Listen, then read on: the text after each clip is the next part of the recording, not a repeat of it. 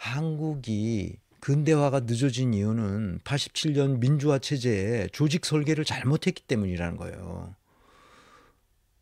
일제 시대를 지나서 독재 시대를 지났으면 그동안의 어떤 조직의 구조와 시스템과 프로세스가 잘못 설계되어서 그렇게 그럴 수밖에 없었는지를 보고 그렇게 하지 않도록 조직 설계에 관한 기본적인 상식만 있어도 민주화된 이후에 완전히 새로운 나라가 될 수 있었어요. 그런데 민주화된 이후에 지금까지 87년 이후에 지금까지 40년 가까이 되는 동안에 정말 너무 고생이 많았죠.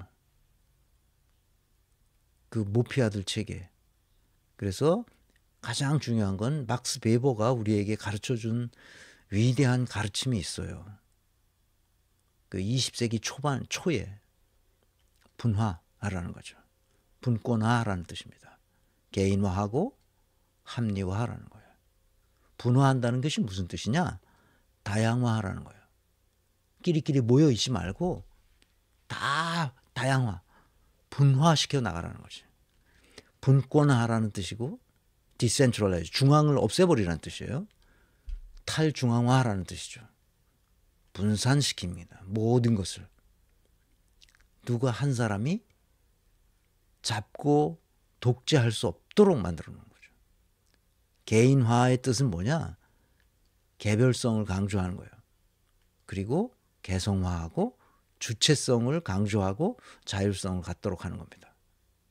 그러니까 개인주의가 이기주의와 전혀 다른 아주 위대한 이념이란 말이죠. 물론 개인주의 하나로 모든 것이 그 문제가 해결되진 않아요. 그렇지만 개인주의가 있어야만 민주주의도 가능하고 민주주의가 있을 때만 비로소 자본주의가 정상적으로 작동하게 됩니다. 합리화한다는 것은 뭐냐? 이것은 신뢰성을 갖도록 하는 거야. 또 타당성을 갖도록 하는 거예요. 이게 학문을 위한 첫 번째 길이 바로 합리화인데, 합리화의 뜻은 내가 봐도 그렇고 다른 사람이 봐도 똑같아. 또 다른 사람이 봐도 똑같아. 이것을 다 뭐라고 그래요? 이게 바로 합리화됐다. 신뢰성을 얻었다. 그런 뜻이에요. 다른 하나의 그 증표는 타당성이 있어야 돼요. 아니 내가 교통위반을 해서 내가 딱지를 떼었는데 딱지 값을 내면 되잖아. 안 돼. 너는 살인을 했잖아. 살인값을 내. 이러면 타당성이 없는 거지. 딱지 교통위반으로 딱지를 띈 값을 내가 내면 돼. 그건 타당하지. 근데 넌 아니야. 넌 살인했어. 살인값을 내. 이러면 이거는 타당성이 없는 거지. 지금 우리가 그런 경우가 많아. 이재명 재판이 바로 그런 거야. 그러니까 전혀 타당성이 없어. 판사들이 봐도 신뢰성이 없는 거예요. 누가 봐도 똑같은 판단을 할 수 있어야 되는데 그런 거죠. 그래서 합리화는 탈주술화에서 넘어서야 돼요. 탈주술화되면 안 돼요. 주술화 됨으로써 우리 사회가 이 지경까지 오게 된 거죠. 빨리 탈주술이 필요합니다. 예측 가능성이 되는 거죠.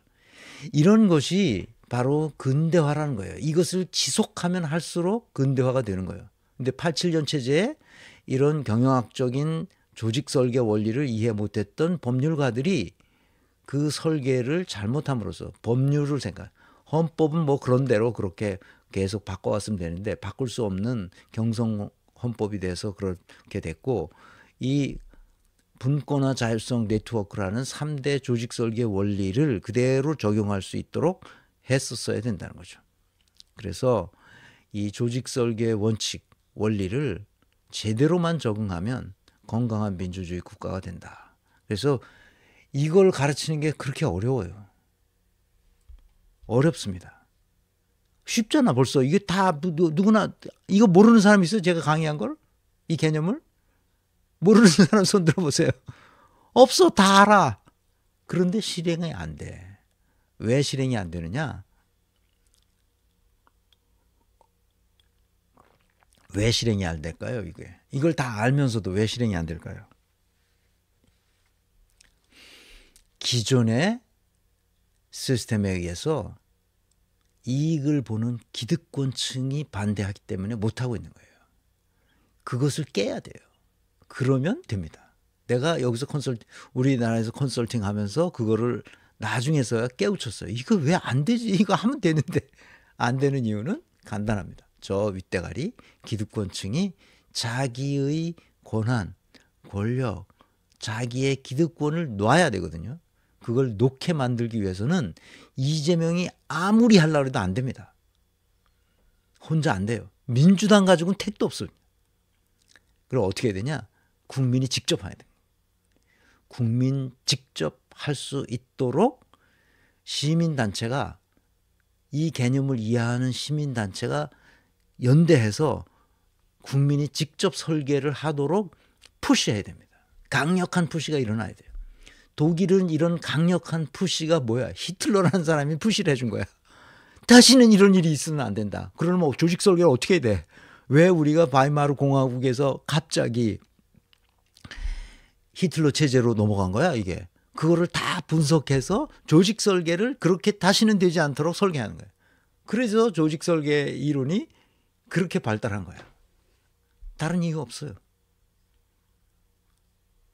과거를 통해서 우리가 도움을 받은 거죠. 그래서 윤석열 같은 인간이 다시는 탄생하지 못하도록 윤석열 같은 사람들이 정치판에 나올 수 없도록, 그 친윤 세력 같은 인간들이 정치판에 나올 수 없도록 사전에 방지하는 구조와 시스템을 만들어야 된다는 거예요. 그러지 않으면 어떻게 다시 나타나. 반드시 다시 나타납니다. 그래서 조직 설계를 어떻게 해야 되냐. 이렇게 하면 된다는 거예요. 요걸 기반으로 해서 조직을 설계하면 돼. 근데 조직 설계하려면 워크숍 같은 거를 해봤자 소용이 없는 게 무슨 뭐가 있어야 되잖아. 있어요. 그래야 그 담당자를 불러다가 인터뷰를 다 해서 그거를 이렇게 하고 저렇게 하고 하는데 기본 원리만 얘기하는 거야. 그리고 예시만 조금 들어주는 거지. 예시만 가지고도 안 돼요. 그래서 조직 설계는 실제로 현장에 가서 컨설턴트들을 데리고 신입 컨설턴트들을 이제 지원하는 친구들 있잖아. 그 수습하는 친구들. 그런 애들 데리고 현장에 가서 심부름도 시키면서 그걸 가르쳐 주는 거예요. 그걸 배워야 돼요. 탈주술화, 주체성, 탈중앙화. 이게 중요해요. 그래서 이